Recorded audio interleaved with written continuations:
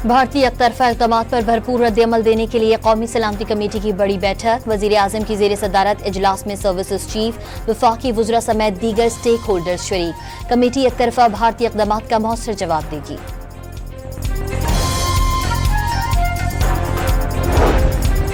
भारत अंदरूनी दबाव के बाइस इंतहाई हद तक गया तो फिर भरपूर जवाब दिया जाएगा। वज़ीर ख़ारजा इसहाक डार का वाशगाफ ऐलान।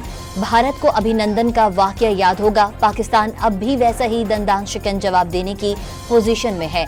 वज़ीर दिफा का दो टोक पैगाम। अपोजिशन लीडर उमर अयूब ने सिंतास मुआहिदे की मअतली को ऐलान जंग करार दे दिया। भारतीय जारहाना इक़दामात के आगे कौम को मुत्तहद होना होगा। बानी PTI की रिहाई पर जोर।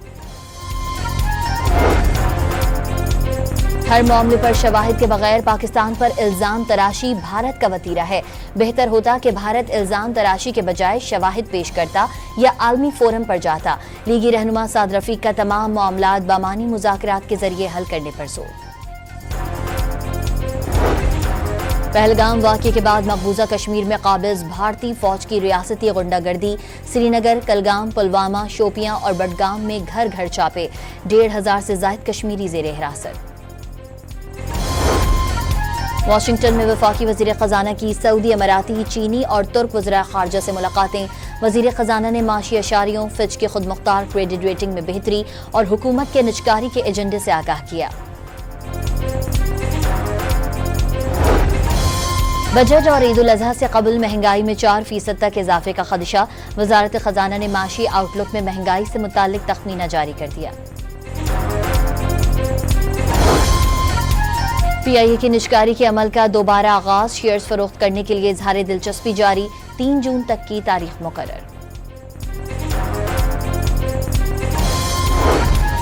पंजाब में जराइम पेशा नासिर की निगरानी के लिए आदि मुजरिमान और 4th शेड्यूल में शामिल अफराद को ट्रैकिंग बैंड्स लगाने का फैसला। दस्तयाब ट्रैकिंग डिवाइसेज इदारों में तकसीम। गजा के मजलूम मुसलमानों से इजहार यकजहती के लिए खैबर पख्तूनख्वा के ताजिरों ने 26 अप्रैल को जमात इस्लामी की हड़ताल की हिमायत कर दी। केनाल के मामले पर सिंध हाईकोर्ट और सिटी कोर्ट में वकला का आज भी अदालती कार्रवाई का बायकॉट। साइलिन और अमले को मुश्किलात का सामना। डेरा इस्माइल खान में पोलियो टीम पर हमले की साजिश नाकाम। पुलिस ने मुकाबले के बाद 2 शिद्दत पसंद जख्मी हालत में गिरफ्तार कर लिए।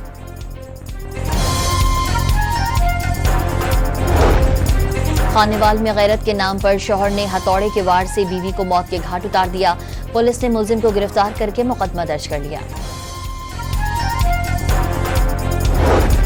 और पाकिस्तान स्टॉक एक्सचेंज में मंदी का रुझान। कारोबार के दौरान 1550 से ज़ायद पॉइंट्स की कमी देखने में आई।